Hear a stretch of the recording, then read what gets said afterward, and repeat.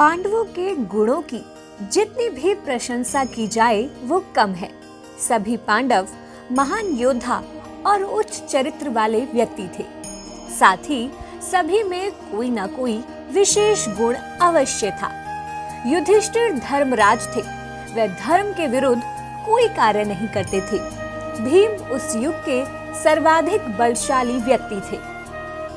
अर्जुन जैसा धनुर्धर उस समय कोई और नहीं था। नकुल उस काल के सर्वाधिक सुंदर व्यक्ति थे और सहदेव की भांति सहनशीलता विश्व में किसी और के पास नहीं थी। लेकिन इसके अतिरिक्त सहदेव के पास एक ऐसी शक्ति थी जो किसी अन्य पांडवों के पास नहीं थी। वे त्रिकालदर्शी थे। वह भूत, वर्तमान और भविष्य में होने वाली घटनाओं का पूर्ण ज्ञान रखते थे। लेकिन उनकी ये शक्ति जन्मजात नहीं थी, बल्कि ये उन्हें अपने पिता के आशीर्वाद स्वरूप मिली थी। कहा जाता है कि जब पांडवों के पिता महाराज पांडु श्राप के कारण मृत्यु को प्राप्त होने वाले थे, तो उन्होंने कुंती, माद्री और अपने 5 पुत्रों को बुलाकर कहा, पुत्रों, मेरा अंतिम समय अब आ पहुंचा है, किंतु मुझे इस बात का दुख है कि मैं अपना संचित ज्ञान तुम में से किसी को भी ना दे सका। मेरी मृत्यु के पश्चात ये सारा ज्ञान व्यर्थ हो जाएगा। मेरे पास अब अधिक समय नहीं बचा है, इसलिए तुम में से कोई मेरे मस्तिष्क को भक्षण कर लो, ताकि मेरा सारा ज्ञान तुम्हें मिल जाए। पांडव वैसे ही अपने पिता की स्थिति देखकर शौक में थे। उस पर इस प्रकार का कार्य करना है, ये सोचकर ही 5 कांप गए। किसी को ये साहस ना हुआ कि वो अपने मरते हुए पिता का मस्तिष्क खा सके। किसी भी पुत्र को अपनी आज्ञा पूर्ण ना करते देख पांडु बड़े दुखी हुए और गहरी निश्वास लेते हुए अपनी मृत्यु की प्रतीक्षा करने लगे।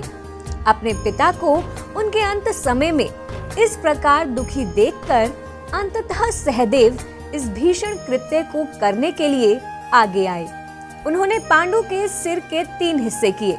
पहला हिस्सा खाते ही सहदेव को भूतकाल में हुई सारी घटनाओं का ज्ञान हो गया। दूसरा हिस्सा खाते ही उन्हें वर्तमान और तीसरा हिस्सा खाकर उन्हें भविष्य की सारी घटनाओं का ज्ञान हो गया। इस प्रकार अपने पिता के आशीर्वाद से सहदेव त्रिकालदर्शी बन गए। त्रिकालदर्शी होने के कारण सहदेव को महाभारत के होने वाले युद्ध और उसके विनाश के बारे में पहले ही पता था। अब आप सोच रहे होंगे कि फिर सहदेव ने इस युद्ध को रोकने का प्रयास क्यों नहीं किया? दरअसल श्री कृष्ण ने सहदेव को ऐसा करने से मना किया था। सहदेव के अतिरिक्त केवल श्री कृष्ण ही ऐसे थे जिन्हें होने वाली सारी घटनाओं का ज्ञान था, किंतु वे ये जानते थे कि पृथ्वी की भलाई के लिए ये युद्ध आवश्यक है।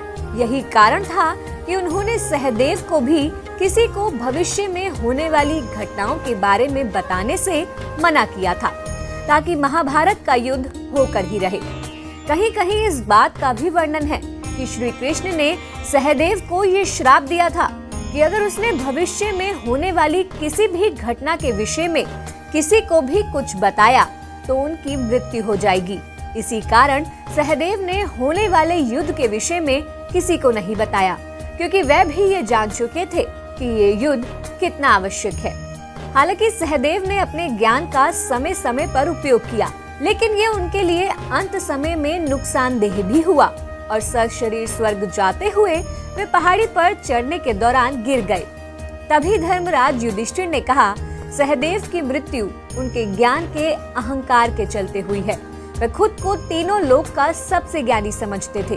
इसी घमंड के पाप के चलते वे सशरीर स्वर्ग नहीं जा सके। आप हमारे संत वाणी चैनल को सब्सक्राइब करें, वीडियो को लाइक करें, शेयर करें और हाँ, बेल आइकन पर क्लिक करना बिल्कुल ना भूलें, ताकि हमारी किसी भी वीडियो की सूचना सबसे पहले आपको मिले।